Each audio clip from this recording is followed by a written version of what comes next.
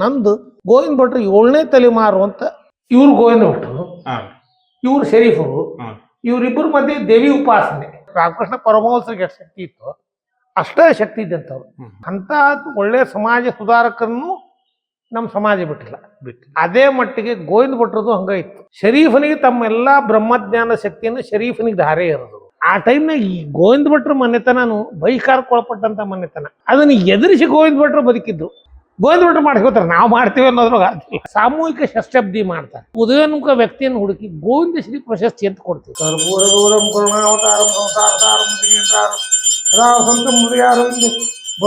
ಶರಣ್ರೆ, ಎಲ್ಲರಿಗೂ ಶರಣು ಶರಣಾರ್ಥಿ.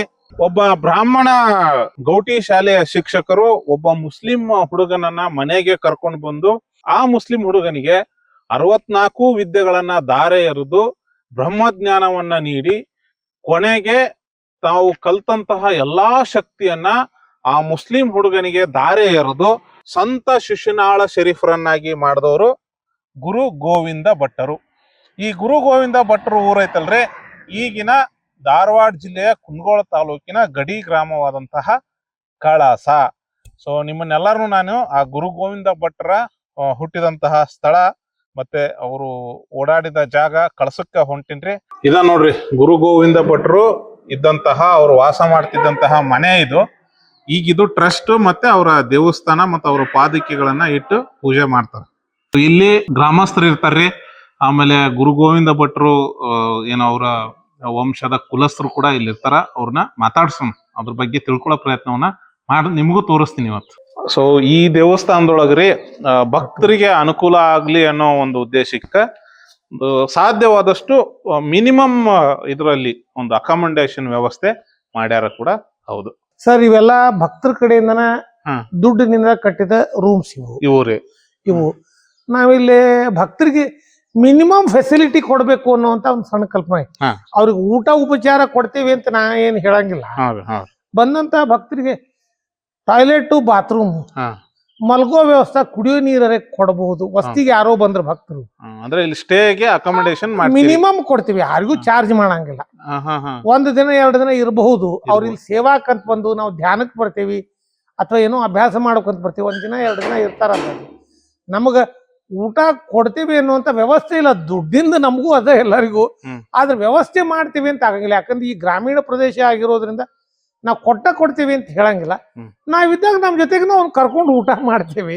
ಅವ್ರು ವಸತಿ ವ್ಯವಸ್ಥೆ ಮಾಡಬಹುದು. ಟಾಯ್ಲೆಟ್, ಬಾತ್ರೂಮ್ ಎಲ್ಲ ಅದ. ವಯಸ್ಸಾದ್ರೆ ಕಮೋಡು ಇಟ್ಟೇವೆ ನಾವು. ಅಂದ್ರೆ ನಿಮಗೆ ಮೊಣಕಾಲು ನೋವು ಅದು ಇದು ವೆಸ್ಟರ್ನ್ ಟಾಯ್ಲೆಟ್ ಇಟ್ಟೇವಿ. ಆಮೇಲೆ ಇಲ್ಲಿ ನೀರಿನ ವ್ಯವಸ್ಥೆ ಬೋರ್ವೆಲ್ ಹಾಕ್ಸೇವಿ ಗುಡಿಗೆ. ಅದು ಸೌಂಡ್ ನೀರ್ ಅಂತಂತದ ಅಷ್ಟೇ. ಬಿಟ್ರೆ ಇಲ್ಲಿ ಬೋರ್ವೆಲ್ ಅದ. ಇಲ್ಲಿ ನಿಮಗೆ ಅಂದ್ರೆ ಇವೆಲ್ಲ ರೂಮ್ಸ್ಗೆ ಭಕ್ತರಿಗೆ ಉಳ್ಕೊಳ್ಳಿಕ್ಕೆ ಕೊಡ್ತೇವೆ.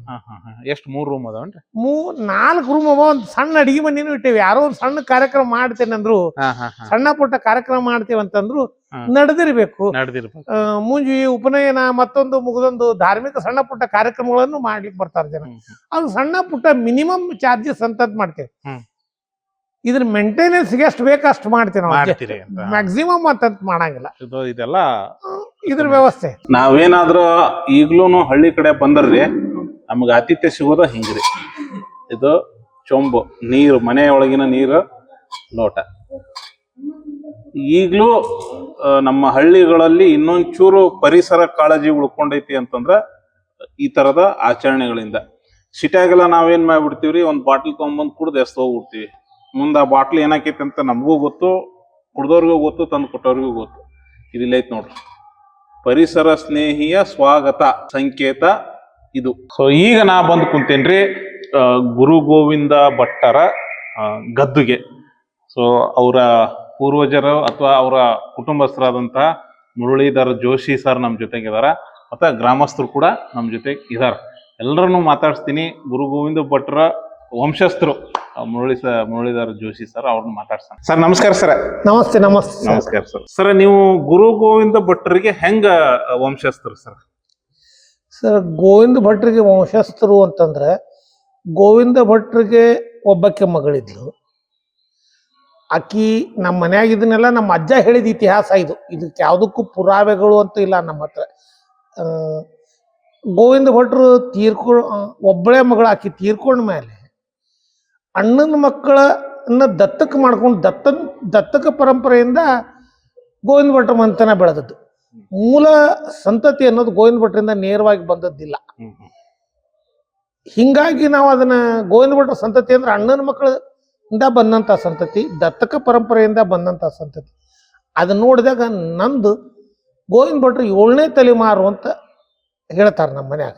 ಅಂದ್ರೆ ನೀವು ಗೋವಿಂದ ಭಟ್ರವರ 7ನೇ ತಲೆಮಾರು ಅಂತ. ಅವರ ಜೀವನ ಶೈಲಿ ಬಗ್ಗೆ ಹೇಳ್ರಿ. ಗೋವಿಂದ ಭಟ್ರು ಜೀವನ ಶೈಲಿ ಅಂತಂದ್ರ ಅವ್ರ ಮನ್ಯಾಗ ವೇದ ಪಾಠಶಾಲೆ ಇತ್ತು. ವೇದ ಪಾಠಶಾಲೆ ವೈದಿಕ ಪರಂಪರೆ ಇದ್ದಂತ ಮನೆತನ ಅವರು. ಮನೆಯೊಳಗನ ಅವ್ರಿಗೆಲ್ಲ ಶಿಕ್ಷಣ ಆಗಿತ್ತು. ಅವ್ರ ತಂದೆಯಿಂದನೇ ವೇದಾಧ್ಯಯನದ ಶಿಕ್ಷಣ ಆಗಿತ್ತು. ಅದರ ಜೊತೆ ಮೂಲ ಇವರು ಜ್ಯೋತಿಷಿಗಾರರ ಮನೆತನ ಇರೋದ್ರಿಂದ ಈ ಭಾಗದೊಳಗ 14 ಹಳ್ಳಿ ಜ್ಯೋತಿಷ್ಯ ಹೇಳ್ಕೊಂಡಿದ್ದಂತ ಮನೆ ಇವು. ಸುತ್ತಮುತ್ತಲು ಯಾವುದೇ ಕಾರ್ಯಕ್ರಮಗಳಾದರೂ ಗೋವಿಂದ ಭಟ್ರ ಮನೆಯಾಗ ಬಂದು ಇವ್ರ ಮನೆಗೆ ಯಾವ್ದು ಮುಹೂರ್ತ ತೆಗಿತಾರ ಆ ಮುಹೂರ್ತದ ಮೇಲೆ ಕಾರ್ಯಕ್ರಮಗಳನ್ನು ನಿರ್ಣಯ ಮಾಡುವಂತ ಮನೆತನ ಇವ್ರದಾಗಿತ್ತು. ಇದು ನಿಮಗ ಅವ್ರ ಮನೆತನದ ಇತಿಹಾಸ 14 ಹಳ್ಳಿ ಒಳಗೂ ಇವ್ರಿಗೆ ಜ್ಯೋತಿಷ್ಯ ಹೇಳ್ಕೊಂಡಿರೋದಕ್ಕನ ಭೂಮಿ ಕೊಟ್ಟಿದ್ರು ಈ ಭಾಗದಾಗ. ಈ ಗೌಟಿ ಶಾಲೆ ಅಂತ ನಡೆಸ್ತಿದ್ರಲ್ರಿ ಅವ್ರು, ಅದ್ ಹೆಂಗ್ರಿ ಅವ್ರ ಗೌಟಿ ಶಾಲೆ? ಗಾವಟಿ ಶಾಲಿ ಅಂತಂತಂದ್ರ ಮೊದ್ಲ ಇಲ್ಲಿ ಶಿಕ್ಷಣ ಅಂತಂದ್ರ ವೇದಾಧ್ಯಯನದ ಶಿಕ್ಷಣ ಇತ್ತು. ಯಾವಾಗ ನಮ್ಮಲ್ಲಿ ಇಂಗ್ಲಿಷರು ಬಂದ ಮೇಲೆ ಇಂಗ್ಲಿಷ್ ಶಿಕ್ಷಣ ಪದ್ಧತಿನೂ ನಮ್ಮ ಮೇಲೆ ಹೇರಿದ್ರು ಅವರು. ಇಲ್ಲಿ ಮೂಲವಾಗಿ ಅಭ್ಯಾಸ ಮಾಡೋ ವೇದಾಧ್ಯಯನ ಮಾಡ್ತಿರೋರಷ್ಟೇ ಅಕ್ಷರಗಳನ್ನು ಜಾಸ್ತಿ ಕಲ್ತಿದ್ದು. ಅದರೊಳಗೆ ವಿಶೇಷವಾಗಿ ಈ ಬ್ರಾಹ್ಮಣರು ಅಂತನ್ನೋರು ಮುಂದುವರೆದ ಜನಾಂಗ ಅಂತ ಏನು ಹೇಳ್ತಾರೆ ಇವತ್ತು, ಅವ್ರ ಮನೆಯೊಳಗೆ ಸ್ವಲ್ಪ ಓದು ಬರಹಗಳು ಇರ್ತಿತ್ತು. ಆಮೇಲೆ ಈ ಶಿಕ್ಷಣ ಪದ್ಧತಿ ಶುರು ಆದ್ಮೇಲೆ ಈ ವೇದಾಧ್ಯಯನದ ಜೊತೆಗೆ ಈ ಮೂಲ ಶಿಕ್ಷಣನು ಕಳಿಸ್ಕತ್ರಿ. ಈಗಿರುವಂತ ಶಿಕ್ಷಣ ಪದ್ಧತಿ ಅವಾಗ ಪ್ರಾರಂಭ ಮಾಡಿದ್ರು. ಅದು ಇವ್ರ ಮನ್ಯಾಗ ನಡೀತಿತ್ತು, ಗೋವಿಂದ ಭಟ್ರ ಮನ್ಯಾಗ ನಡೀತಿತ್ತು. ಹಿಂಗಾಗಿ ಇವರು ಅದು ಗಾವಟಿ ಶಾಲೆ ಅಂತ ಹೇಳ್ತಿದ್ರು. ಗೌಟಿ ಶಾಲೆ ಅಂತ ಏನೇನ್ ಹೇಳ್ಕೊಡ್ತಿದ್ರು ಅಲ್ಲಿ ಗಾವಟಿ ಶಾಲೆಯೊಳಗ ಅಕ್ಷರಾಭ್ಯಾಸ ಮಾಡ್ತಿದ್ರು, ಗಣಿತ ಹೇಳ್ಕೊಡ್ತಿದ್ರು, ಸಮಾಜ ಹೇಳ್ಕೊಡ್ತಿದ್ರು. ಎಲ್ಲ ಮೌಖಿಕವಾಗಿ ಬಂದಂತ ಶಿಕ್ಷಣ ಪದ್ಧತಿ ಇತ್ತದು. ಅವಾಗ ಕಂಠಪಾಠ ಮಾಡಿಸಿ ಹೇಳ್ತಿದ್ರು. ಇವತ್ತಿನಂಗೆ ಪುಸ್ತಕಗಳು ಅಂತ ಅನ್ನೋದು ಯಾವುದು ಇದ್ದಿಲ್ಲ. ಕಂಠಪಾಠದ ಶಿಕ್ಷಣ ಪದ್ಧತಿ ಇತ್ತು, ಅದರಿಂದನೇ ಎಲ್ಲ ಹೇಳ್ಕೊಡ್ತಿದ್ರು. ಈಗ ನಾವೇನ್ ಕುಂತೇವಲ್ರಿ, ಇದೇನ್ ಜಾಗ ರೀ ಇದು? ಇದು ಗೋವಿಂದ ಭಟ್ರ ಮೂಲ ಪುರುಷರಿದ್ದಂತ ಜಾಗನೇ ಇದು. ಅಲ್ಲೇ ಅವ್ರ ದೇವಸ್ಥಾನ ಕಟ್ಟಾರ. ಅಂದ್ರೆ ಇದು ಅವ್ರ ದೇವಸ್ಥಾನ, ಅವ್ರ ಮನೆತನದವ್ರದ ಜಾಗ ಇದು. ಹಿಂದೆಲ್ಲ ಇದು ಅವ್ರ ಅಣ್ಣತಮ್ಮನ ಮನೆಗಳಿಗೆ ಹಿಂದಿನ ಕಾಲದೊಳಗೆಲ್ಲ ಅವಿಭಕ್ತ ಕುಟುಂಬ ಇತ್ತು ಅವತ್ತಿನ ಕಾಲದಾಗ. ತಮ್ಮಂದ್ರು ಆಮೇಲೆ ಬರ್ತಾ ಈಗ ನಮ್ದು 7ನೇ ತಲೆಮಾರು ಅಂತ ಹೇಳ್ತೀನಿ. ಅವ್ರವ್ರು ಯಾರ್ಯಾರು ಇಸಕ್ ಹೆಂಗ್ ಬಂದ ಮಾರ್ಕೊಂಡ್ ಹೋಗ್ಯಾರ, ಮತ್ತೊಂದ್ ಮಾಡ್ಯಾರ. ಇದು ಗದ್ದಿಗೆ ಅವ್ರದೇನ್ರಿ? ಇಲ್ಲೇ ನಾವು ಗದ್ದಿಗೆ ಅನ್ನೋ ಶಬ್ದ ಉಪಯೋಗಿಸಂಗಿಲ್ಲ. ಇದು ಗದ್ದಿಗೆ ಅಂತಂದ್ರೆ ಇಲ್ಲಿ ಸನ್ಯಾಸಿಗಳಿಗೆ ಮಾತ್ರ ಗದ್ದಿಗೆ ಅಂತೇವೆ ನಾವು. ಇಲ್ಲಿ ಬ್ರಾಹ್ಮಣರು ಇವರು ದತ್ತ ಪರಂಪರೆಯವರು, ದತ್ತೋಪಾಸಕರು, ದೇವಿ ಉಪಾಸಕರು ಇರೋದ. ದತ್ತ ಪರಂಪರೆ ಅಂದ್ರೆ ಗುರು ಪರಂಪರೆ ಅಂತ ಹೇಳ್ತೀವಿ ನಾವು. ಆ ಗುರು ಪರಂಪರೆ ಅನ್ನೋದಕ್ಕೆ ಇಲ್ಲಿ ಆ ಮಟ್ಟಕ್ಕೂ ಪಾದಕ ಪ್ರತಿಷ್ಠಾಪನೆ. ಅಂದ್ರೆ ಈಗ ನೀವು ಇದಕ್ಕೇನಂತೀರಿ? ನಾವು ಗೋವಿಂದ ಭಟ್ರ ಪಾದಕೆಗಳು ಅಂತ ಪಾದಕೆ ಅಂತ ಪೂಜೆ ಮಾಡ್ತೀರಿ. ಗದ್ದಿಗೆ ಅನ್ನಂಗಿಲ್ಲ. ಗದ್ದಿಗೆ ಅನ್ನೋ ಶಬ್ದ ಸನ್ಯಾಸಿ, ಈ ಬ್ರಾಹ್ಮಣರೊಳಗೆ ಸನ್ಯಾಸಿಗಳಿಗೆ ಮಾತ್ರ ಸೀಮಿತ. ಇವರು ಸಂಸಾರಿಕರಿದ್ರೆ ನಾವು ಪಾದಕಗಳನ್ನ ಇದನ್ನ ಮಾಡ್ತೀವಿ. ಅವ್ರು ಸಂಸಾರಿಯಾಗಿನೂ ಕೂಡ ಅಷ್ಟೊಂದು ಜ್ಞಾನ ಸಂಪಾದನೆ ಮಾಡಿದ್ರಲ್ರಿ, ಹೆಂಗ ಅದರದ್ದು? ಮನೆಯೊಳಗೆ ಮೂಲ ಶಿಕ್ಷಣ ವೇದಾಧ್ಯಯನ, ಜ್ಯೋತಿಷ್ಯ. ಸೊ ಆಮೇಲೆ ಇವ್ರ ಮನೆ ಕುಲದೇವರು ಶಾಖಾಂಬರಿ ರೇಣುಕ. ಇವ್ರಿಗೆ ಜನ್ಮದ ದತ್ತವಾಗಿನೇ ಬಂದಿತ್ತು. ಮನೆಯೊಳಗಂಕರು ನಿಮ್ಗ ಒಳ್ಳೆ ಅಭ್ಯಾಸಗಳು ಇರ್ತಿದ್ವು. ವಿಶೇಷವಾಗಿ ಅವತ್ತಿನ ಮಟ್ಟಿಗೆ ಬ್ರಾಹ್ಮಣರು ಅಂದ್ರೆ ಕಲ್ಚರ್ಡ್ ಪೀಪಲ್ ಅಂತಂತ ಕರೀತೇವೆ ಇವ್ರನ್ನ. ಈ ಸಮುದಾಯ ಆ ಟೈಮ್ನಾಗ ಸ್ವಲ್ಪ ಮಟ್ಟಿಗೆ ಇವರು ಸ್ಥಿತಿವಂತಿಕೆಯಿಂದ ಇದ್ರು ಅಂತ ನಾ ಏನು ಹೇಳಂಗಿಲ್ಲ. ಅದು ಶಿಕ್ಷಣವಂತರಂತ ಮಾತ್ರ ಹೇಳಬಲ್ಲೆ. ಇವತ್ತಿಗೂ ನಮ್ಮ ಮನೆಯೊಳಗೆ ನೋಡಿದ್ರೆ ಸ್ಥಿತಿವಂತಿಕೆಗಿಂತ ಶಿಕ್ಷಣಕ್ಕೆ ನಮ್ಮ ಜೋಶಿ ಮನೆತನದೊಳಗೆ ಜಾಸ್ತಿ ಗೌರವ. ನಾವು ಇಲ್ಲೇ ನಿಮಗೆ ಹೇಳ್ಬೇಕಂದ್ರೆ ಶಿಕ್ಷಣ ಇಲ್ದಂಗ ನಮ್ದೇನು ಇಲ್ಲ ಅನ್ನುವಂಥ ಮಟ್ಟದಾಗಿದ್ದೆ. ನಮ್ಮ ಮನೆಯೊಳಗೆ ಎಲ್ಲರೂ ಬಹಳ ಚಲೋ ವಿಷಯಗಳನ್ನ ಅಭ್ಯಾಸ ಮಾಡ್ಯಾರ. ನಾರ್ಮಲಿ ಜೋಶಿ ಮನೆತನದೊಳಗೆ ಸಿಕ್ಕಾಪಟ್ಟೆ ಶಿಕ್ಷಣವಂತರಿದ್ದಾರೆ. ಇವತ್ತಿನ ಕಾಲಕ್ಕೆ ನಿಮಗೆ ಅಮೇರಿಕಕ್ಕೆ ಹೋಗ್ಯಾರ, ಇಲ್ಲೂ ಬಹಳ ಉನ್ನತ ಹುದ್ದೆಯೊಳಗೆ ನೌಕರಿ ಮಾಡ್ಯಾರ, ಮಾಡ್ತಾರ. ಈಗ ಕಲಿಯೋ ಜನ್ರೇಷನ್ನು ಸತ್ಯಕ್ಕೆ ಕ್ವಾಲಿಟಿ ಓರಿಯೆಂಟೆಡ್ ಶಿಕ್ಷಣದ ಕಡೆನೇ ಇದ್ದಾರೆ. ನಿಮ್ಗೆ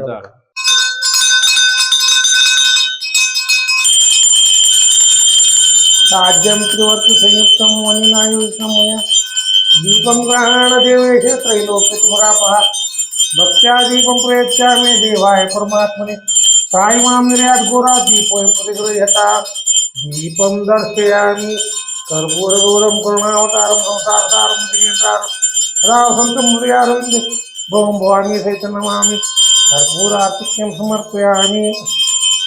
ಗೋವಿಂದ ಭಟ್ರು ಗಣಪತ್ಯರು ಅಂತ ಹೇಳ್ತಾರೆ. ಗೋವಿಂದ ಭಟ್ರು ಗಣಪತ್ಯರು ಅಂದ್ರೆ ಗಣಪತಿ ಆರಾಧಕ. ಇವ್ರಿಗೆ ವಿದ್ವತ್ತಿತ್ತು, ಶಕ್ತಿ ಇತ್ತು ಅಂದ್ರೆ ಬಹಳ ಚಲೋ ಮಾತಾಡ್ತಾರ. ಗಣಪತಿ ಉಪಾಸನೆ ಮಾಡತಿರೋದ್ರಿಂದನೇ ಇವ್ರಿಗೆ ಇಷ್ಟ. ಗಣಪತಿ ನಮ್ಮಲ್ಲೆಲ್ಲ ಪೂಜಾ ಪುನಸ್ಕಾರಕ್ಕೆ ಮೊದಲಿಗೆ ಗಣಪತಿ ಪೂಜಾನ ಮಾಡ್ತಿದ್ರು. ಇದು ಈ ಗಣಪ ನಮ್ಮ ಪೂರ್ವಜರು ಪೂಜೆ ಮಾಡ್ಕೊಂಡ್ ಬಂದ್ ಗಣಪ. ಹಿಂಗಾಗಿ ಈ ಗಣಪನ ಇಲ್ಲೇ ಪ್ರತಿಷ್ಠಾಪನೆ ಇಲ್ಲೇ ಮಾಡ್ಯಾರ. ಆಮೇಲೆ ಇದು ನಾವು ಒಡಮೂಡಿದ ಕಲ್ಲು ಅಂತ ಹೇಳ್ತೇವೆ. ಈಗ ನೋಡಿ ಇಲ್ಲೇ ಛತ್ರ, ಇಲ್ಲಿ ಚಂದಪ್ಪ ಇದ್ದಾನೆ, ಈ ಕಡೆ ಸೂರ್ಯ ಇದ್ದಾನೆ. ಇದು ಒಡಮೂಡಿದ ಕಲ್ಲು ಅಂತಂತ ನಮ್ಮ ಮನ್ಯಾಗ ಹೇಳ್ಕೊಂತ ಬಂದ್ರೆ ಅದೇ ಕಲ್ಲನ್ನ ನಾವು ಉಳಿಸ್ಕೊಂಡು ಪೂಜೆ ಮಾಡ್ಕೊಂಡು ಬರ್ತೀವಿ. ಇವರು ದತ್ತ ಪಾದಕೆ ಅಂತ ಹೇಳ್ತೀವಿ. ದತ್ತ ಪಾದಕೆ. ಆ ಗೋವಿಂದ ಭಟ್ರು ಆ ಪರಂಪರೆಗೆ ಸಂಬಂಧಪಟ್ಟವರು ಅಂತ ಹೇಳ್ಕೊಂಡು ದತ್ತ ಪರಂಪರಾ ಅಂತಂದ್ರೆ ಗುರು ಪರಂಪರಾ ಅಂತ. ಆ ಗುರು ಪರಂಪರೆ ಪಾದಕೆಗಳನ್ನ ಪ್ರತಿಷ್ಠಾಪನೆ ಮಾಡಿ ಪೂಜೆ ಮಾಡ್ತೀವಿ. ಇವ್ರು ಗೋವಿಂದ ಭಟ್ರು, ಇವ್ರು ಶರೀಫರು, ಇವರಿಬ್ಬರ ಮಧ್ಯೆ ದೇವಿ ಉಪಾಸನೆ. ಇದನ್ನ ಗೋವಿಂದ ಭಟ್ರ ಗೆ ಸಂಬಂಧಪಟ್ಟಂತ ಒಬ್ಬ ವ್ಯಕ್ತಿ ಇದನ್ನ ಚಿತ್ರ ಮಾಡಿ ಅವ ಗುಡಿಗೇರಿ ಕುಲಕರ್ಣಿ ಅಂತಂತಿದ್ದಾರೆ. ಅವ್ರು ಮಾಡಿದ್ರು ಇದು ಫೋಟೋ. ಇಲ್ಲೇ ಇವ ಇದ್ದಾನೆ ಶಿಶುನಾಳಾಧೀಶ. ಬಸವಣ್ಣ ಅನ್ನಂಗಿಲ್ಲ, ಶಿಶುನಾಳಾಧೀಶನೇ ಅವ. ನಿಮಗ ಬಸವಣ್ಣ ನಾರ್ಮಲ್. ಶಿಶುನಾಳಾಧೀಶ ಅಂದ್ರೆ ಶರೀಫರ ಆರಾಧ್ಯ ದೇವರಮ್ಮ. ಗೋವಿಂದ ಭಟ್ರು ಅವ್ರ ಗುರು, ಆದ್ರೆ ಅವನ ಶರೀಫನ ಆರಾಧ್ಯ ದೇವರು ಅಂದ್ರೆ ಶಿಶುನಾಳಾಧೀಶ. ನಿಮ್ಗೆ ಅಂದ್ರೆ ಅದು ಭಯಂಕರ ಪವರ್ಫುಲ್ ಇದ್ದಾನೆ ಅವನು ಶಿಶುನಾಳಾಧೀಶ. ಬಹಳ ಮೂರ್ತಿ ಬಹಳ ಚಂದ ಅದ್ರಿ.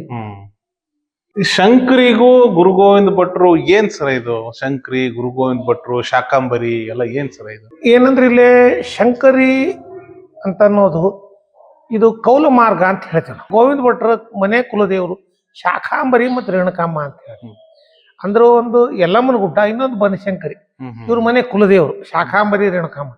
ಇಲ್ಲೇ ಇವ್ರ ಮನೆತನದೊಳಗ ಗಂಡ ದೇವ್ರು ಇಲ್ಲ, ನಾರ್ಮಲ್ 2 ಹೆಣ್ಣದೇವ್ರ ಪೂಜಾನ.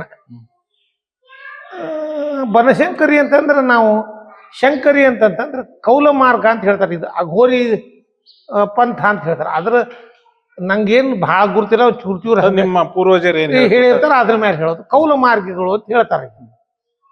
ಆ ಕೌಲ ಮಾರ್ಗದೊಳಗ ಅದು ಇಲ್ಲಿ ನಿಮಗೆ ಸುರ ನೈವೇದ್ಯ ಅಂತ ಹೇಳ್ತೇವೆ ನಾವು. ಶಂಕರಿ ಅಂದ್ರೆ ಸುರ. ಧ್ಯಾನಕ್ಕೆ ಕೂಡೋಕ್ಕಿಂತ ಪೂರ್ವದೊಳಗೆ ಪ್ರಸಾದ ತಗೊಂಡು ನಾವು ಧ್ಯಾನಕ್ಕೆ ಕೂಡ್ತಿರ್ತೀವಿ. ಆ ತೀರ್ಥ ತಗೊಂಡು ಧ್ಯಾನಕ್ಕೆ ಕೂಡುವಂಥ ಒಂದು ಪದ್ಧತಿ ಅದು. ಅದಕ್ಕೊಂದು ಸೀಮಿತ ಪ್ರಮಾಣ ಅಂತದ. ಆ ನೈವೇದ್ಯ ದೇವರಿಗೆ ಬನಶಂಕರಿಗೆ ಅದನ್ನು ಅರ್ಪಿಸಿ ಅದು ಎಷ್ಟು ಅರ್ಪಣೆ ಮಾಡಿರ್ತಾರೆ ಅಷ್ಟನ್ನೇ ಮಾತ್ರ ಸೇವನೆ ಮಾಡ್ಕೊಂಡು ಧ್ಯಾನಕ್ಕೆ ಕೊಡ್ತಿದ್ರು, ತಪಸ್ಸಿಗೆ ಕೊಡ್ತಿದ್ರು. ಅದನ್ನ ಸೇವನೆ ಮಾಡಿದಾಗ ಇವತ್ತು ನೀವು ಹಂಗ ಸಹಜ ನೋಡಿದಾಗ ಗುರ್ತಾಗ್ತೈತಿ. ಏನಂದ್ರೆ ಗಾಂಜಿ ಸೇದ್ದವ, ಶರೆ ಕುಡ್ದವ. ನಿಮ್ಗೆ ಹೇಳ್ಬೇಕಂದ್ರೆ ಒಬ್ಬ ಗಾಂಜಿ ಸೇದ್ದವ ಒಮ್ಮೆ ರಾಮ ಅಂತಂದಾಗ ಅದು ಅವ ಅದರಿಂದ ವಿಮುಖನಾಗೋ ಪೂರ್ಣ ಪ್ರಮಾಣದ ಅದು ಇಳಿಕೆ ಆಗೋ ತನಕನೂ ಅವ ರಾಮ ರಾಮ ರಾಮ ಅನ್ಕೋತಾನೆ ಇರ್ತಾನೆ, ಕೃಷ್ಣ ಕೃಷ್ಣ ಅನ್ಕೋತಾನೆ ಇರ್ತಾನೆ. ಸೊ ಹಂಗ ಇವರು ಆ ಸಣ್ಣ ಪ್ರಮಾಣದೊಳಗ ಆ ಶಂಕರಿ ಅಥವಾ ಸುರಾನ ತಗೊಂಡು ಧ್ಯಾನಕ್ಕೆ ಕೂಡ್ತಿದ್ರು. ಧ್ಯಾನಕ್ಕೂ ಬಾಹ್ಯದ ಪರಿವೇ ಇಲ್ದಂಗೆ ಅವ್ರು ಧ್ಯಾನ ಮಾಡ್ಬೇಕಾಗ್ತಿತ್ತು. ಸೊ ಆಮೇಲೆ ಅದನ್ನು ತಗೊಂಡಾಗ ಇವರು ಕೂಡ್ತಿದ್ರು, ಇವ್ರು ನಿಷೇಧ ಆಗಿರ್ತಿದ್ರು ಅಂತ ಜನಕ್ಕೆ ಅನಿಸ್ತಿದ್ರು, ತೇಲಾಡ್ತಿದ್ರು ಅಂತ ಅನಿಸ್ತಿತ್ತು ಜನಕ್ಕೆ ಅನಿಸ್ತಿತ್ತು, ಜನ ಹೊರಗಿನ ಪ್ರಪಂಚಕ್ಕೆ ಅದು ಅನಿಸ್ತಿತ್ತು. ಆದ್ರೆ ಇವರು ಧ್ಯಾನಕ್ಕೆ ಕೂತಿದ್ರು, ತೇಲಾಡ್ತಿದ್ರು. ನಿಮ್ಗ ಈ ರಾಮಕೃಷ್ಣ ಪರಮಹಂಸರ ಸಾಹಿತ್ಯದೊಳಗೆ ಬರ್ತದೆ, ಅವ್ರ ಶಿಷ್ಯಂದ್ರ ಪುಸ್ತಕಗಳು ಧ್ಯಾನಕ್ಕೆ ಕೂತ್ಕೊಂಡಾಗ ರಾಮಕೃಷ್ಣ ಪರಮಹಂಸರು ಭೂಮಿಯಿಂದ 2 ಫೂಟ್ ಮೇಲೆ ಹೋಗ್ಬಿಟ್ಟಿರ್ತದೆ ಧ್ಯಾನಸ್ಥ ಸ್ಥಿತಿಯೊಳಗೆ. ಆತ್ಮ ದೇಹ ಹಗುರಾಗಿ ಮೇಲೆ ಹೋಗಿಬಿಟ್ಟಿರ್ತಿದ್ರು. ಅವ್ರು ಕೆಲವೊಂದಿಷ್ಟು ಶಿಷ್ಯಂದ್ರ ಬಂದ್ರೆ ಅವ್ರನ್ನ ಹಿಂಗೆ ಮುಟ್ತಿದ್ರಂತ. ಆವಾಗ ಮತ್ತೆ ದೇಹ ಧ್ಯಾನಸ್ಥದಿಂದ ಕೆಳಗೆ ಬಂದು ಜನ ಅದನ್ನ ನೋಡಿ ಹೆದರ್ತಿದ್ರು ಅಂತಂತ. ಇವ್ರಿಗೂ ಅದೇ ದಮ್ಮಿದ್ದಂಥವ್ರ ಇವ್ರು. ರಾಮಕೃಷ್ಣ ಪರಮಹಂಸರಿಗೆ ಎಷ್ಟು ಶಕ್ತಿ ಇತ್ತು ಅಷ್ಟೇ ಶಕ್ತಿ ಇದ್ದಂಥವ್ರು. ಆದ್ರೆ ರಾಮಕೃಷ್ಣ ಪರಮಹಂಸರು ಬೇಕಂದ್ರೆ ಯಾಕೆ ಬೆಳೆದ್ರು ಅಂತಂದ್ರೆ, ಅದು ಕಲ್ಕತ್ತಾ ಅವತ್ತು ನಮ್ಗೆ ಭಾರತದ ರಾಜಧಾನಿ ಇತ್ತು. ಅಲ್ಲಿ ಪ್ರೆಸ್ ಮೀಡಿಯಾ ಪವರ್ಫುಲ್ ಇತ್ತು. ಆಮೇಲೆ ಬಂಗಾಳಿ ಭಾಷೆ ಜಗತ್ತಿನ ಭಾಷೆ ಆಗಿತ್ತು ಆ ಭಾಗದ ಆ ಟೈಮಲ್ಲಿ. ನಾವು ಉತ್ತರ ಕರ್ನಾಟಕದಾಗ ಇವತ್ತು ನೀವು ಈಗ ಬಂದ ಪರಿಸ್ಥಿತಿ ಒಳಗೆ ನೋಡಿದಾಗ ಇನ್ನೂ ಡೆವಲಪ್ಡ್ ಅನ್ಡೆವಲಪ್ಡ್ ಅದನ್ನ ನಂಗೆ ಗುರ್ತಾಗಲ್ಲ. ಅಂದ್ರೆ ಇಷ್ಟು ಇನ್ನು ಅದ್ರ ಜೊತೆ ಈ ಮೀಡಿಯಾ ಪ್ರಚಾರ ಅನ್ನೋದು ಅವಾಗ ಇದ್ದಿದ್ದಿಲ್ಲ. ಇವ್ರಿಗೂ ರಾಮಕೃಷ್ಣ ಪರಮಹಂಸರಿಗೆ ಎಷ್ಟು ಶಕ್ತಿ ಇತ್ತು ಅಷ್ಟು ನೀರೊಳಗೆ ನಡೆದಾಡ್ತಾರ ಅಂತ ಹೇಳ್ತಿದ್ರು ಶರೀಫ್ ಇವರು ರಾಮಕೃಷ್ಣ ಪರಮಹಂಸ. ಇವ್ರಿಗೂ ಆ ಶಕ್ತಿ ಇದ್ದಂಥವ್ರ ಇವ್ರಿಗೂ ಇತ್ತು. ದೇವಿ ಉಪಾಸನೆ ಒಳಗೆ ಅದೆಲ್ಲ ಬರ್ತದ. ಅದು ಆ ಮಟ್ಟಕ್ಕೆ ಹೋದವ್ರಿಗೆ ಅಷ್ಟೇ ಗುರ್ತಾಗ್ತದೆ, ಉಳಿದವ್ರಿಗೆ ಗುರ್ತಾಗಂಗಿಲ್ಲ. ನಮ್ಗೆ ಅದ್ರ ಮೇಲೆ ನಂಬಿಕೆ ಅದ, ನಾವ್ ಯಾರು ನೋಡಿಲ್ಲ ಆದ್ರೆ ಅದ್ರ ಮೇಲೆ ನಂಬಿಕೆ ಅದ ನಮ್ಗೆ. ಇಲ್ರಿ ಇತ್ತು ಒಂದು ಕಾಲದೊಳಗ, ಈಗ ನಮ್ಮ ಮನ್ಯಾಗ ನಿಲ್ಸ್ಯಾರ. ನಾವ್ಯಾರು ಗೋವಿಂದ ಭಟ್ರ ಆಗ್ಲಿಕ್ಕೆ ಆಗಂಗಿಲ್ಲ. ನಿಮಗ ಯಾವ ಜನ್ಮದ ಪುಣ್ಯನೋ ನಾವು ಗೋವಿಂದ ಭಟ್ರ ಮಂತ್ಯಂದಾಗ ಹುಟ್ಟೇವಿ. ಉಳಿಸ್ಕೊಂಡು ಹೋಗಾಕ ಪ್ರಯತ್ನ, ಹೊರಗಡೆ ಹೋಗ್ಲಿಕ್ಕೆ ಆಗಂಗಿಲ್ಲ ಗೋವಿಂದ ಭಟ್ರ ಮಂತ್ಯಂದವ್ರು ಅಂತ ಹೇಳಿ.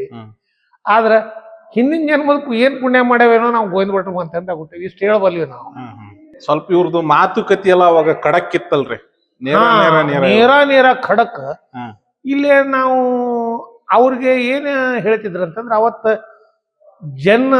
ಸಮಾಜದೊಳಗ ಅವರು ಈಗ ಒಳ್ಳೆ ಸಮಾಜ ಸುಧಾರಕರು.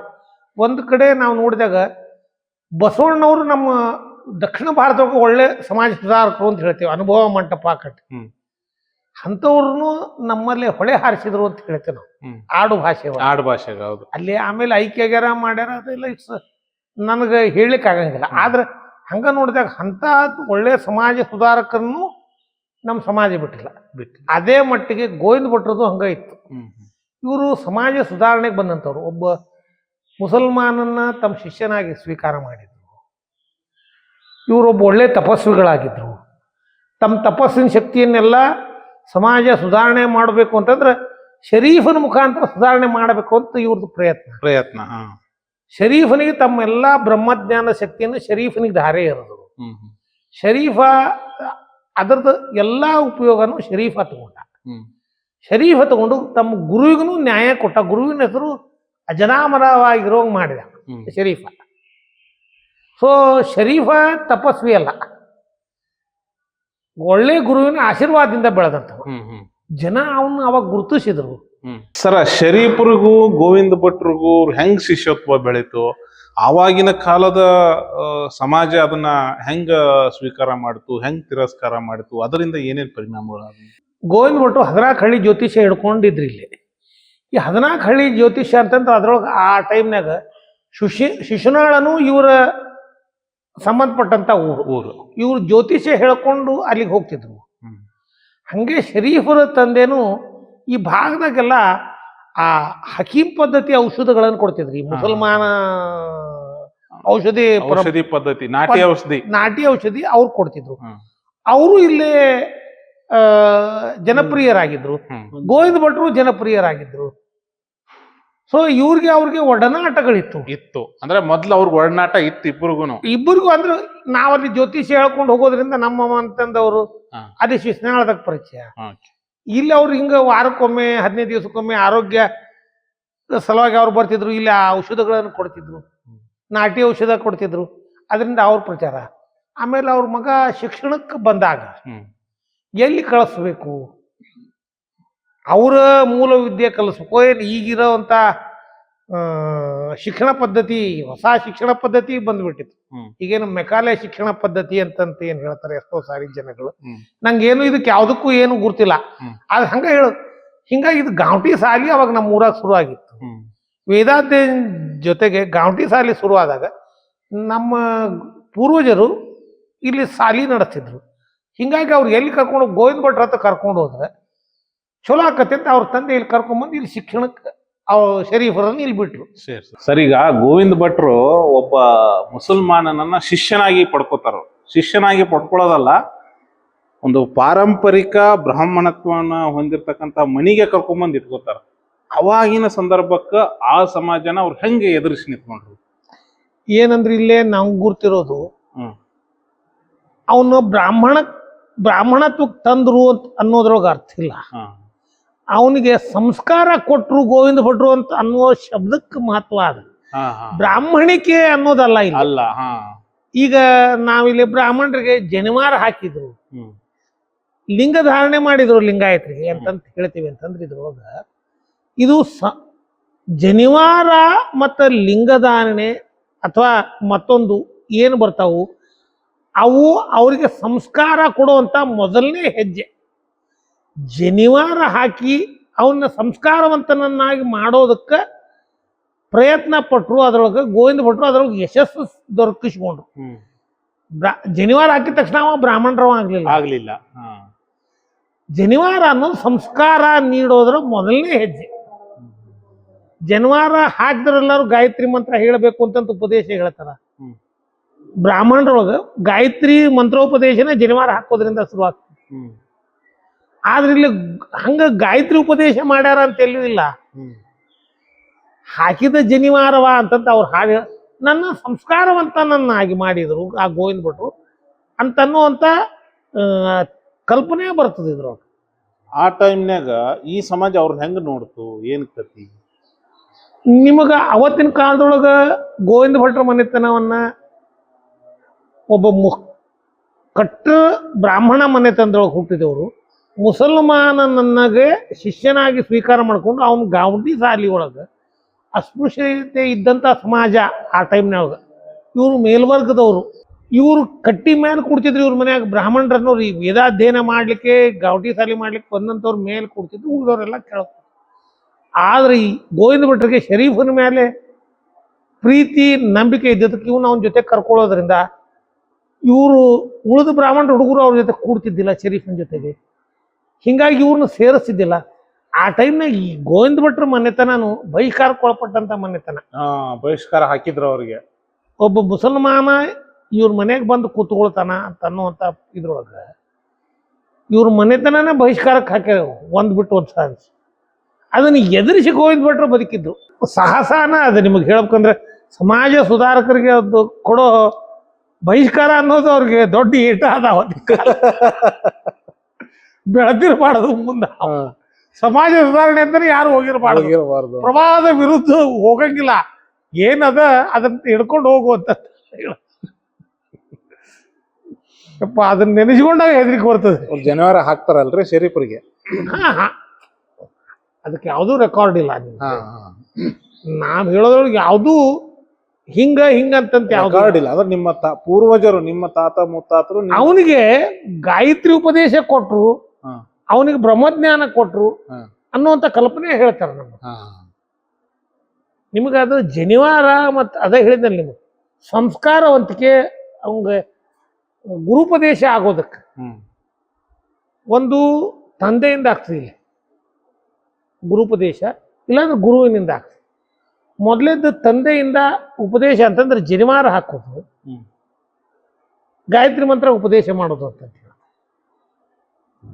ಈ ಶರೀಫರ್ದು ಗೋವಿಂದ್ರ ಭಟ್ರದು ಒಡನಾಟ ನಿಮ್ಮ ಪೂರ್ವಜರು ನಿಮಗೆ ಹೇಳ್ಕೊಟ್ಟಂಗ ಹೆಂಗಿತ್ತು? ಏನ ಅದ್ರೊಳಗ ಗೋವಿಂದ ಭಟ್ರು ಶರೀಫ್ ಸಾಹೇಬ್ರು ಅವ್ರು ಇಲ್ಲಿ ಬರ್ತಿದ್ರು, ನಮ್ಮ ಮನೆಯೊಳಗೆ ಇರ್ತಿದ್ರು ಅಂತಂತ ನಮ್ಮ ಅಜ್ಜ ಹೇಳ್ತಿದ್ದದ್ದು. ಅವರು ನೋಡಿಲ್ಲ, ನೋಡಿಲ್ಲ, ನಮ್ಮ ಅಜ್ಜನೂ ನೋಡಿಲ್ಲ. ಗೋವಿಂದ ಭಟ್ರು ತೀರ್ಕೊಂಡು 156 ವರ್ಷ ಆಯ್ತು. ಗೋವಿಂದ ಭಟ್ರು ತೀರ್ಕೊಂಡು 20 ವರ್ಷಕ್ಕೆ ಶರೀಫ್ರು ತೀರ್ಕೊಂಡ್ರ ಅಂತ ಹೇಳ್ತಾರೆ. ನೀವು ರೆಕಾರ್ಡ್ಸ್ ಚೆಕ್ ಮಾಡಿದಾಗ ನನ್ನ ಕಡೆ ಅದು ಯಾವುದು ಸರಿಯಾದ ಮಾಹಿತಿ ಇಲ್ಲ ನಿಮಗೆ. ಅಂದ್ರೆ ಈಗ 1926 ಅಂತಂದ್ರೆ ಇದು 156 ವರ್ಷದ ಹಿಂದೆ, ಅದಾಗಿನ ಮತ್ತೆ ಅದಕ್ಕೆ 20 ಅಂತ ಕೂಡಿಸಿದಾಗ ಅದ ಹೆಚ್ಚು ಕಮ್ಮಿ ಒಂದು ಶರೀಫರು ತೀರ್ಕೊಂಡು 25-30 ವರ್ಷಕ್ಕೆ ನಮ್ಮ ಅಜ್ಜ ಹುಟ್ಟಿದ್ದು. ಸೊ ನಮ್ಮ ಹತ್ರ ಯಾವುದೂ ರೆಕಾರ್ಡ್ಸ್ ಅಂತಿಲ್ಲ. ಸೊ ಮೌಖಿಕ ಇದು ಆಧಾರ ತಾತ ಅಜ್ಜಂದ್ರು ನಿಮ್ಗೆ ಹೇಳಿ ಹೇಳ್ಕೋತ ಬಂದಿರ್ತಕ್ಕಂಥದ್ದು ಕರೆಕ್ಟ್. ನಿಜ. ಅದು ಏನಾಗಿತ್ತು ಅಂದ್ರೆ ಒಂದು ಆಗಿನ ಕಾಲಘಟ್ಟದಲ್ಲಿ ಯಾರಾದ್ರೂ ಮುತುವರ್ಜಿಯನ್ನ ವಹಿಸಿ ಇದನ್ನೆಲ್ಲನೂ ಒಂದು ಲಿಖಿತ ರೂಪದೊಳಗಡೆ ಇಟ್ಟಿದ್ದಿದ್ರ ಆಗಿನ ಕಾಲದೊಳಗಡೆ ಒಂದು ಅದ್ಭುತವಾದ ವ್ಯಕ್ತಿಯನ್ನ ನಾವು ಇನ್ನೂ ವಿಶಾಲವಾದ ಪ್ರಪಂಚಕ್ಕೆ ತೋರಿಸ್ಬೋದಾಗಿತ್ತು. ಅಂತ ವ್ಯಕ್ತಿತ್ವ ಗುರು ಗೋವಿಂದ ಭಟ್ಟರದು. ಅವ್ರನ್ನ ಗುರು ಅಂತಾನೆ ಸಂಬೋಧನೆ ಮಾಡ್ಕೊಂಡು ಮಾತಾಡುವಂಥದ್ದು.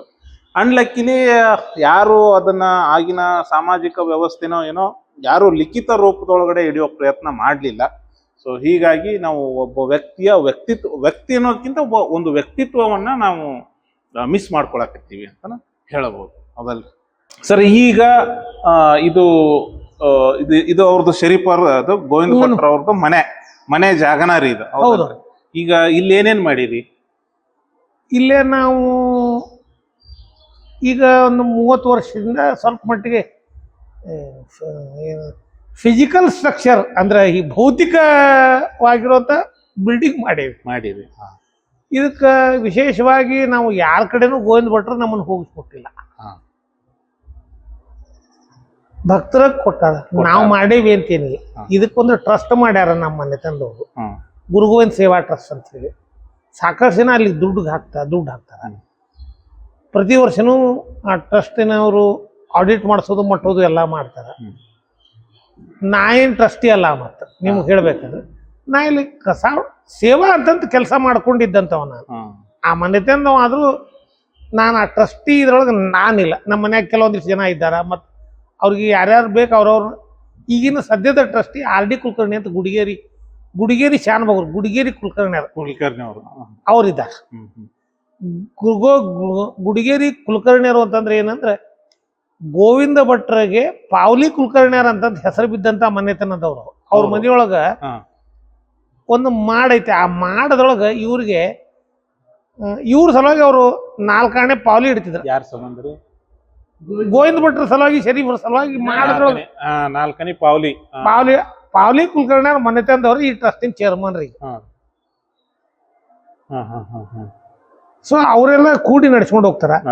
ಇಲ್ಲಿ ನಾವು ಗೋವಿಂದ ಭಟ್ರು ಅಂತ ಅನ್ನೋದಂದ್ರೆ ಗೋವಿಂದ ಭಟ್ರ ಪರಿವಾರ ಅನ್ನೋ ಅಂತ ಕಲ್ಪನೆಯೊಳಗೆ ಈ ಕುಲಕರ್ಣಿಯರು ಬ್ರಾಹ್ಮಣರು ನಡವಳಿಕೆಗೆ ಗೋವಿಂದ ಭಟ್ರ ಹತ್ರ ಯಾರ್ಯಾರು ಬರ್ತಾರ ಅವರೆಲ್ಲರೂ ಆ ಪರಿವಾರಕ್ಕೆ ಸಂಬಂಧಪಟ್ಟವರು, ಆ ಟ್ರಸ್ಟಿಗೆ ಸಂಬಂಧಪಟ್ಟವರು ಅನ್ನುವಂತ ಒಂದು ಕಲ್ಪನಾದಿಂದ ಇದನ್ನ ಟ್ರಸ್ಟ್ ನಡೆಸ್ಕೊಂಡು ಹೊಂಟ. ಏನೇನ್ ಕಾರ್ಯಕ್ರಮಗಳನ್ನೆಲ್ಲ ಮಾಡ್ತೀರಿ ಟ್ರಸ್ಟ್? ಪ್ರತಿ ವರ್ಷ ಇಲ್ಲೇ ಹೋಳಿ ಹುಣ್ಣಿಮೆಯಾಗಿ 2ನೇ ದಿವಸ ಬಿದಿಗಿ ದಿನ ಇಲ್ಲೇ ಗೋವಿಂದ ಭಟ್ರ ಪುಣ್ಯತಿಥಿ ಮಾಡ್ತೀರಿ. ಅಂದ್ರ ಅದು ನಿಖರವಾಗಿ ಅದೇ ದಿನಾನೇ ಅವ್ರ ಪುಣ್ಯತಿಥಿ ಬಿದಿಗಿ ಅಂತಂತ ಹೇಳ್ತಾರೆ. ಬಿದಿಗಿ ದಿನಾನ ಹೋಳಿ ಹುಣ್ಣಿಮೆಯಾಗಿ 2ನೇ ದಿವಸ ಬಿದಿಗಿ ದಿನ ಅದು ಪುಣ್ಯತಿಥಿ ಮಾಡ್ತೀವಿ. ಅದ್ರ ಮರುದಿವಸ ರಥೋತ್ಸವದ ಕಾರ್ಯಕ್ರಮ ಅಂತಂದ ಊರೊಳಗ ರಥ ಆಗ್ತದೆ. ರಥೋತ್ಸವ ಒಳ್ಳೆ ವಿಜೃಂಭಣೆಯಿಂದ ಆಗ್ತದೆ. ಅನ್ನ ಸಂತರ್ಪಣೆ ಇರ್ತದೆ. ಅದ್ರ ಜೊತೆಗೆ ಗೋವಿಂದ ಭಟ್ರ ಪುಣ್ಯತಿಥಿ ದಿನ ಗುರುವಂದನಾ ಕಾರ್ಯಕ್ರಮ, ವೈದಿಕ ಪರಂಪರೆ ಪ್ರಕಾರ ಗುರುವಂದನಾ ಕಾರ್ಯಕ್ರಮ ಅಂತ ಮಾಡ್ತೀವಿ. ಭಾಳ ಒಳ್ಳೆ ಕಾರ್ಯಕ್ರಮ. ಅದನ್ನ ಇಲ್ಲೇ ನೀವು ಶೃಂಗೇರಿಗೆ ಹೋದ್ರ ಅಥವಾ ಮಂತ್ರಾಲಯಕ್ಕೆ ಹೋದ್ರ ಅಥವಾ ಹುಬ್ಬಳ್ಳಿಯೊಳಗೆ ಕೃಷ್ಣೇಂದ್ರ ಸ್ವಾಮಿಗಳ ದೇವಸ್ಥಾನಕ್ಕೆ ಹೋದಾಗ ಆ ಪರಂಪರೆಗೆ ಸಂಬಂಧಪಟ್ಟಂತ ಪದ್ಧತಿಯಿಂದ ಪೂಜೆ ಮಾಡ್ತೀವಿ. ಗುರುವಂದನಾ ಕಾರ್ಯಕ್ರಮ ಅದನ್ನ ಮಾಡ್ತೀವಿ. ಆಮೇಲೆ ಇತ್ತಿತ್ಲಾಗ ಈಗ ಒಂದು 7-8 ವರ್ಷ ಆಯ್ತು ಟ್ರಸ್ಟಿನವರು ಸಾಮೂಹಿಕ ಷಷ್ಠಬ್ದಿ ಮಾಡ್ತಾರೆ. ವೈದಿಕ ಪರಂಪರೆ ಅಂತ ಇದ್ದಂಗೆ ಸಾಮೂಹಿಕ ಷಷ್ಠಬ್ದಿ ಮಾಡ್ತಾರೆ. ಸಾಮೂಹಿಕ ಷಷ್ಠಬ್ದಿ ಅಂತಂದ್ರೆ ಕಲ್ಪನಾ ಏನು? ಕೆಲವೊಂದಿಷ್ಟು ಜನಕ್ಕೆ ತಂದೆ ತಾಯಿಗಳಿಗೆ ಮಕ್ಕಳು ಇರಂಗಿಲ್ಲ. ಇನ್ನು ಕೆಲವೊಂದಿಷ್ಟು ಜನಕ್ಕೆ ಮಕ್ಕಳು ಇರ್ತಾರ. ನನ್ನ ತಂದೆಗೆ ತಾಯಿಗೆ 60 ವರ್ಷ ಆಗ್ಯಾವು, ಅವ್ರಿಗೆ ಆ ಷಷ್ಠಬ್ದಿ ಮಾಡ್ಬೇಕು ಅನ್ನುವಂಥ ಮಾಡುವ ಆರ್ಥಿಕ ದಮ್ ಇರಂಗಿಲ್ಲ, ಸ್ಥಿತಿಗತಿಗಳು ಇರಂಗಿಲ್ಲ. ಇನ್ನು ಕೆಲವೊಂದಿಷ್ಟು ಮಕ್ಕಳಿಗೆ ಸ್ಥಿತಿವಂತಿಕೆ ಇದ್ದು ತಪ್ಪಾಗಿ ಮಾಡಬೇಕು ಅನ್ನುವಂಥ ಕಲ್ಪನೆಗಳು ಇರಂಗಿಲ್ಲ. ಇವನ್ನೆಲ್ಲ ನೋಡಿಕೊಂಡು ನಾವು ಸಾಮೂಹಿಕ ಷಷ್ಠಬ್ದಿ ಮಾಡಿ ಅವ್ರಿಗೆ ಗೌರವ ಸಲ್ಲಿಸ್ತೀವಿ. ಆ ಷಷ್ಠಬ್ದಿ ಅದರ ಜೊತೆ ನಾವು ಒಬ್ಬ ಈ ಭಾಗದ ಉತ್ತರ ಕರ್ನಾಟಕದ ಒಬ್ಬ ಉದಯೋನ್ಮುಖ ವ್ಯಕ್ತಿಯನ್ನು ಹುಡುಕಿ ಗೋವಿಂದ ಶ್ರೀ ಪ್ರಶಸ್ತಿ ಅಂತ ಕೊಡ್ತೀವಿ. ಪ್ರತಿ ವರ್ಷಕ್ಕೆ ಒಂದು 10 ವರ್ಷ ಆಯ್ತು ಗೋವಿಂದ ಹುಡುಕಿ ಕೊಡ್ತೀವಿ ನಿಮಗೆ. ಕಳೆದ ವರ್ಷ ಲತಿಕಾ ಭಟ್ ಅಂತ ಗುಡಿಗೇರಿ ಶಿಕ್ಷಣ ಸಿರ್ಸಿ ಒಳಗೆ ಒಂದು ಅನಾಥಾಶ್ರಮ ನಡೆಸ್ತಾರೆ. ಆ ಹೆಣ್ಮಗಳಿಗೆ ಕೊಟ್ಟಿದ್ವಿ. ಲತಿಕಾ ಅನಾಥಾಶ್ರಮ ಜನಗಳಿಂದ ದುಡ್ಡು ಸಂಗ್ರಹ ಮಾಡಿ ಅವ್ರ ಅನಾಥಾಶ್ರಮದೊಳಗೆ ವೃದ್ಧಾಶ್ರಮ, ಅನಾಥಾಶ್ರಮ ಅಲ್ಲ, ವೃದ್ಧಾಶ್ರಮ. ಅದು 40-50 ಜನಗಳನ್ನು ಅವ್ರಿಗೆ ಗೋವಿಂದ ಶ್ರೀ ಪ್ರಶಸ್ತಿ ಕೊಟ್ಟರು. ಈ ವರ್ಷ ಡಾಕ್ಟರ್ ಮಹೇಶ್ ಬಿದರ್ಕರ್ ಅಂತಂತ ಕಲಬುರ್ಗಿಯ ಒಬ್ಬ ಗೋ ಸೇವಕರು ಅವ್ರು ಕರೆದು ಕೊಟ್ಟಿವಿ. ಹುಡುಕಾಡಿ ನಾವು ಒಂದು ಕಡೆ ಅವ್ರಿಗೆ ಗೋವಿಂದ ಶ್ರೀ ಪ್ರಶಸ್ತಿ ಜೊತೆಗೆ ಅವ್ರೇನು ಸೇವಾ ಮಾಡ್ತಿರ್ತಾರೆ ಅದಕ್ಕೆ ಸಾಕಷ್ಟು ಡೊನೇಷನ್ಸ್ ಹೋಗುವಂಥ ಹಾದಿಯೊಳಗೆ ಪೂರಕ ವ್ಯವಸ್ಥೆಗಳನ್ನು ಮಾಡಿಕೊಡ್ತೀವಿ ಅವ್ರಿಗೆ. ಸೊ ಅದೊಂದು ಟ್ರಸ್ಟ್ ಮಾಡೋಂಥ ಯಾರ್ಯಾರು ಈ ಭಾಗದಾಗಿದ್ದಾರೆ ಅವ್ರಿಗೆಲ್ಲ ಇಲ್ಲಿ ನಿಮಗೆ ಪ್ರಾರಂಭದ ದಿನಮಾನದೊಳಗೆ IG ಸನ್ನದಿಯವ್ರಿಗೂ ಇಲ್ಲಿ ಗೋವಿಂದ ಶ್ರೀ ಪ್ರಶಸ್ತಿ ಕೊಟ್ಟೇವಿ. ಆಮೇಲೆ ಪಂಡಿತ್ ವೆಂಕಟೇಶ್ ಕುಮಾರ್ ಅವರು ಇಲ್ಲಿ ದೇವಸ್ಥಾನಕ್ಕೆ ಬಂದಾರ, ಅವ್ರಿಗೆ ಗೋವಿಂದ ಶ್ರೀ ಪ್ರಶಸ್ತಿ ಕೊಟ್ಟೇವಿ. ಆಮೇಲೆ ಇವರು ಇಬ್ರಾಹಿಂ ಸುತಾರ್ ಅವ್ರಿಗೆ ಕೊಟ್ಟೇವಿ ನಾವು ಇಲ್ಲಿ. ಇಬ್ರಾಹಿಂ ಸುತಾರ್ ಅವ್ರಿಗೆ ಇಲ್ಲಿ ಇಬ್ರಾಹಿಂ ಸುತಾರ್ ಅವರು 6-7 ವರ್ಷ ಸತತವಾಗಿ ಬಂದಾರ. ಗೋವಿಂದ ಭಟ್ರ ಪುಣ್ಯತಿಥಿ ಕಾರ್ಯಕ್ರಮದೊಳಗೆ 6-7 ವರ್ಷ ಬಂದಾರ. ಅವ್ರು ಬಂದಾಗ ಒಮ್ಮೆ ಅವ್ರು ತಮ್ಮ ಶಿಷ್ಯಂದ್ರ ಬಳಗ ಕರ್ಕೊಂಡು ಬಂದಿದ್ರು. ಅವ್ರಿಗೆಲ್ಲ ಇಲ್ಲಿ ನಾವು ಅವ್ರಿಗೆ ಗೋವಿಂದ ಶ್ರೀ ಪ್ರಶಸ್ತಿ ಕೊಟ್ಟೇವಿ. ಆಮೇಲೆ ಒಬ್ಬ ಹಾವೇರಿಯ ಇಂಡಸ್ಟ್ರಿಯಲಿಸ್ಟ್ ಮಂಗಳೂರು ಅಂತಂತಿದ್ರು. ಈ ಭಾಗದಾಗ ಉತ್ತರ ಕರ್ನಾಟಕದಾಗ ನಮಗೇನು ನೀಗ್ತದೆ ಅನ್ನುವಂಥ ಕಲ್ಪನೆಯೊಳಗೆ ನಾವು ಅವ್ರು ಮಾಡಿದ ಇದನ್ನ ನೋಡ್ಕೊಂಡು ಸಾಧನೆ ನೋಡ್ಕೊಂಡು ಆ ಪ್ರಶ್ನೆ ಕೊಟ್ಟಿರಿ. ಸಮಾಜದಿಂದ ಏನಾದ್ರು ನಿರೀಕ್ಷೆ ಮಾಡ್ತಿರೋ? ನಾವು ಏನು ನಿರೀಕ್ಷೆ ಅಂತ ಅನ್ನೋದೇನಿಲ್ಲ, ಎಲ್ಲ ನಮ್ಗೆ ಗೋವಿಂದ ಭಟ್ರು ಮಾಡಿಸ್ಕೊಳ್ತಾರ ಅಂತ ಸಂಕಲ್ಪವನ್ನು ನಾವು ಮಾಡಬೇಕು. ಅದರ ಸಂಕಲ್ಪ ಇಲ್ದಂಗೆ ಯಾವ ಕೆಲಸಗಳು ನಡೆಯಂಗಿಲ್ಲ. ಗೋವಿಂದ ಭಟ್ರನ್ನ ನಂಬಿ ಸಂಕಲ್ಪ ಮಾಡ್ತೀವಿ ನಾವು. ಇಲ್ಲಿ ಇದು ದೇವಸ್ಥಾನ ಕಟ್ಟಾರ ನಮ್ಮ ಅಜ್ಜನ ಕಾಲದಿಂದ ಹಿಡಿದು ಇಲ್ಲಿವರೆಗೂ. ಹಂಗ ಸಣ್ಣಾಗಿ ಏನೇನೋ ಕೆಲಸ ಮಾಡ್ಕೋತ ಬಂದಂಥ ದುಡ್ಡು, ಭಕ್ತರು ಕೊಟ್ಟಂಥ ದುಡ್ಡನ್ನು ಟ್ರಸ್ಟ್ನೊಳಗಿಟ್ಟು 4 ಕೊಟ್ಟರು ಪೋಲಾಗಲಾರ್ದಂಗೆ ಇಟ್ಟ ಟ್ರಸ್ಟ್ನೊಳಗೆ. ಎಲ್ಲರೂ ಉಳಿದವ್ರು ಇದ್ರೊಳಗೆ ಇದ್ದಂಥ ಟ್ರಸ್ಟಿಗಳು ಅಥವಾ ಪೂಜೆ ಮಾಡೋವಂಥವ್ರು ಯಾರೂ ಅದ್ರೊಳಗಿನ ಆ ಮಂಗಳಾರತಿ ತಟ್ಟೆಗೆ 4 ಮನೆಗೆ ಒಯ್ದು ಹಾಕಂಗಿಲ್ಲ. ಆ ದುಡ್ಡನ್ನು ಟ್ರಸ್ಟಿಗೆ ಹಾಕ್ತೇವೆ ನಾವು. ಸೊ ಅದರಿಂದ ಇದು ಬೆಳೆದದ್ದು. ಅದು ನಾವು ಯಾರ ಹತ್ರ ಹೋಗಿಲ್ಲ, ಗೋವಿಂದ ಭಟ್ರು ನಮ್ಮನ್ನು ಕಳಿಸಿಲ್ಲ, ಎಲ್ಲ ಅವರಿಂದನೇ ಬಂದದ. ನಾವು ಅದ್ರ ಸದ್ವಿನಿಯೋಗ ಮಾಡ್ಕೊಂಡು ಹೋಗ್ತೇವೆ. ಆದ್ರೆ ಸಂಕಲ್ಪ ಮಾತ್ರ ಮಾಡ್ಕೋತಿರ್ತೇವಿ. ಈ ಗೋಪುರ ಕಟ್ಟಬೇಕಂತ ಕನಸ್ತದ ಅನ್ಕೊಂಡೇವಿ. ಅದ್ರ ತಕ್ಕಂಗೆ ಪೂಜಾ ಪುನಸ್ಕಾರಗಳನ್ನು ಮಾಡೇವಿ ನಾವು. ದೇವಿ ಉಪಾಸನೆಗೆ ಸಂಬಂಧಪಟ್ಟಂತ ಸಪ್ತಶತಿ ಪಾಠ ಮಾಡಿಸೇವಿ, ಮತ್ತೊಂದು ಮಾಡೇವಿ. ಆದ್ರೆ ಪ್ರತಿ ವರ್ಷನೂ ಪ್ರಯತ್ನ ಪಟ್ಕೋತಾನೆ ಇದ್ದೀವಿ. 5-6 ವರ್ಷ ಈಗ ಹಬ್ಬಕ್ಕೂ ಆಗ ಸಂಕಲ್ಪ ಮಾಡ್ತೇವಿ ಅಂತನೋ ಒಂದು ಸಣ್ಣ ಸಂಕಲ್ಪ. 2 ವರ್ಷ 3 ವರ್ಷ 4 ವರ್ಷ ಹೋಗ್ತದೆ ಮಾಡ್ತೇವೆ. ಗೋವಿಂದ ಭಟ್ರು ಮಾಡಿಸ್ಕೋತಾರೆ, ನಾವು ಮಾಡ್ತೀವಿ ಅನ್ನೋದ್ರಾಗ ಸಂಕಲ್ಪ ನಮ್ಮದು ಮಾಡಿಸ್ಕೊಳ್ಳೋದು ಗೋವಿಂದ ಭಟ್ರು. ಅಂತ ಭಕ್ತರನ್ನು ಹುಟ್ಟಿ ಹಾಕ್ತಾರೆ ನಿಮ್ಗೆ. ಅವ್ರ ಹತ್ರ ದಮ್ಮು ಅದ. ಆ ವಿಷಯಕ್ಕೆ ಮಾತ್ರ ನಮಗೆ ನಂಬಿಕೆ ಚಲೋ ಅದು. ಈ ವಿಡಿಯೋ ಮಾಡೋ ಉದ್ದೇಶ ಇಷ್ಟೇನೆ. ಒಂದು ಕಾಲದಲ್ಲಿ ಒಬ್ರು ಗುರು ಗೋವಿಂದ ಭಟ್ರು ಅಂತ ಇದ್ರು. ಅವರ ಪಾಂಡಿತ್ಯ, ಅವರು ತ್ರಿಕಾಲಜ್ಞಾನಿಗಳು ಅಲ್ವಾ ಸರ್? ತ್ರಿಕಾಲಜ್ಞಾನಿಗಳು, ಬ್ರಹ್ಮಜ್ಞಾನಿಗಳು ಅಂತ ಒಬ್ರು ಗುರುಗಳಿದ್ರು. ಸಾಧಾರಣ ಮನುಷ್ಯ, ದೈವತ್ವವನ್ನ ಪಡ್ಕೊಂಡಂತಹ ವ್ಯಕ್ತಿ. ಕೆಲವೊಂದಿಷ್ಟು ದೃಢ ನಿರ್ಧಾರಗಳಿಂದ ಸಾಮಾಜಿಕ ಬಹಿಷ್ಕಾರನೂ ಅವರು ಪಡ್ಕೊಂಡಿದ್ರು. ಈಗ ಅವರು ದೇವರಾಗಿ ಈಗ ಅವ್ರನ್ನ ಆರಾಧನೆ ಮಾಡುವಂತ ಸಂದರ್ಭ. ಒಬ್ಬ ಶಿಶುನಾಳ ಶರೀಫಾ ಅಂತ ಒಬ್ಬ ಮುಸಲ್ಮಾನ್, ದಯವಿಟ್ಟು ತಪ್ಪು ತಿಳ್ಕೊಬಾರ್ದು. ಇಲ್ಲಿ ಯಾಕೆ ನಾನು ಧರ್ಮವನ್ನ ಹೇಳ್ತೀನಿ ಅಂತಂದ್ರೆ, ನಾನು ಆ ವ್ಯಕ್ತಿಯನ್ನ ಜಗತ್ತಿಗೆ ಪರಿಚಯಿಸಿದಂತಹ ಒಂದು ಶಕ್ತಿ ಏನಾರು ಇದ್ರೆ ಅದು ಗುರು ಗೋವಿಂದ ಭಟ್ಟರು ಅಂತಾನೆ ನಾವು. ನಿಮ್ಗೆ ಅದು ಶಿಕ್ಷಣ ಒಬ್ಬ ಮುಸಲ್ಮಾನನಿಗೆ ವೈದಿಕ ಪರಂಪರೆಯ ಶಿಕ್ಷಣ ನೀಡಿ ಅವನು ಯಾವುದೇ ಧರ್ಮವನ್ನು ಮತಾಂತರಗೊಳಿಸದೆ ಅದು ಪಾಯಿಂಟ್. ಅವ ನಮಾಜ್ ಮಾಡೋದು ತಮ್ಮ ರೋಜಾ ಮಾಡೋದೆಲ್ಲ ಮಾಡಿಕೊಂಡಾಗನು ಅವಂಗ ವೈದಿಕ ಪರಂಪರೆಯ ಶಿಕ್ಷಣ ನೀಡಿ ಬ್ರಹ್ಮಜ್ಞಾನ, ತಮ್ಮ ತಪಸ್ಸಿನ ಶಕ್ತಿಯ ಬ್ರಹ್ಮಜ್ಞಾನವನ್ನು ಶರೀಫನಿಗೆ ಧಾರೆ ಎರೆದು ಒಳ್ಳೆಯ ಸಂಸ್ಕಾರವಂತನನ್ನಾಗಿ ಮಾಡಿದವರು ಗೋವಿಂದ ಭಟ್ರು. ಒಬ್ಬ ಉನ್ನತ ಜಾತಿಯ ಬ್ರಾಹ್ಮಣ, ಕುರಿನ ಜಾತಿ ಅಂತ ಕರಿತೇವೆ ಇಲ್ಲಿ, ಹಂಗ ಆಡು ಭಾಷೆ ಒಳಗೆ ಮುಸಲ್ಮಾನರು ಕೆಳಮಟ್ಟದವರು, ಬ್ರಾಹ್ಮಣರು ಮೇಲ್ವರ್ಗ ಅಂತ ಅನ್ನುವಂಥ ಇದ್ರೊಳಗೆ ಇವನನ್ನು ತಮ್ಮ ಮಟ್ಟಕ್ಕೆ ಒಯ್ದಂತ ಗೋವಿಂದ ಭಟ್ರು. ಶರೀಫರು ಅವನಿಗೆ ಬ್ರಾಹ್ಮಣತ್ವ ನೀಡಿದ್ರು ಅಂತ ಹೇಳ್ಬಹುದು ನಾವು. ಅಂದ್ರೆ ನಿಮ್ಗ ಅವನನ್ನ ಬ್ರಾಹ್ಮಣನಾಗಿ ಮಾಡ್ಲಿಲ್ಲ, ಬ್ರಾಹ್ಮಣತ್ವವನ್ನು ನೀಡಿದ್ರು. ಬ್ರಾಹ್ಮಣತ್ವ ಮತ್ತು ಬ್ರಾಹ್ಮಣ ಎರಡಕ್ಕೂ ವ್ಯತ್ಯಾಸ ಐತಿ. ಸೊ ಅಂತ ಒಂದು ಅದ್ಭುತವಾದ ಚೈತನ್ಯವನ್ನ ಶಿಶುನಾಳ ಶರೀಫ ಎಂಬ ಅದ್ಭುತವಾದ ಚೈತನ್ಯವನ್ನ ಮನೆಗೆ ಕರ್ಕೊಂಡ್ ಬಂದಂತಹ ಗುರು ಗೋವಿಂದ ಭಟ್ಟರು ಅವನಿಗೆ ಊಟ ಹಾಕಿ ಜ್ಞಾನ ನೀಡಿ ಒಂದು ಒಳ್ಳೆಯ ಒಂದು ಪ್ರಭೆಯನ್ನ ಮಾಡಿದ್ರಲ್ಲ, ಆ ಗುರು ಗೋವಿಂದರ ಭಟ್ರು ಇದ್ದಂತಹ ಜಾಗ ಈಗ ನಾವಿಲ್ಲಿ ಕೂತ್ಕೊಂಡಿದೀವಿ. ಅವರ ವಂಶಸ್ಥರು ಇಲ್ಲಿ. ಧನ್ಯವಾದ ಸರ್. ಏನ್ರ ಹೇಳ್ಬೇಕಾ ನೀವು? ಏನಿಲ್ಲ ಸರ್, ತಾವು ಜನಗಳಿಗೆ ಈ ತತ್ವ ಅಥವಾ ಈ ಪರಂಪರೆ ಮುಟ್ಟಿಸ್ಬೇಕು ಅಂತ ಏನು ಹೊಂಟಿರಿ, ನಿಮ್ಗೆ ಯಶಸ್ಸು ಸಿಗಲಿ. ಜನರಿಗೆ ಮುಟ್ಟಬೇಕು ಅನ್ನುವಂಥ ಒಂದು ಸಣ್ಣ ಕಲ್ಪನಾ. ನಿಮ್ಮ ಮೂಲ ಉದ್ಯೋಗದ ಜೊತೆಗೆ ಇದನ್ನ ಹವ್ಯಾಸವಾಗಿ ಮಾಡ್ಕೊಂಡು ನೀವೇನು ಬಂದಿರಲ್ಲ. ಧನ್ಯವಾದಗಳು ನಿಮಗೆ. ಜನರಿಗೆ ಮುಟ್ಲಿ ಈ ವಿಷಯ. ಧನ್ಯವಾದಗಳು. ಗುರು ಗೋವಿಂದ ಭಟ್ರನ್ನ ನಿಮ್ಗೆಲ್ಲ ಪರಿಚಯ ಮಾಡಿಸ್ಬೇಕಾಗಿತ್ತು. ಆ ಉದ್ದೇಶಕ್ಕೆ ಈ ವಿಡಿಯೋನ ಮಾಡಿದ್ದು. ಮತ್ತ ಇನ್ನೊಂದು ವಿಡಿಯೋದಾಗ ನಿಮ್ಮನ್ನ ಸಿಗ್ತೇನ್ರಿ. ಅಲ್ಲಿ ತನಕ ನೋಡ್ತಿರ್ರಿ ನಮ್ಮದು ಸಿಕ್ಕಂತೆ ಸಂಚಾರ ಯೂಟ್ಯೂಬ್ ಚಾನಲ್. ಜೈ ಕಳಸ, ಜೈ ಗುರು ಗೋವಿಂದ ಭಟ್ರು, ಜೈ ಕರ್ನಾಟಕ, ಜೈ ಶಂಕ್ರಿ, ಜೈ ಜೈ ಶಂಕ್ರಿ.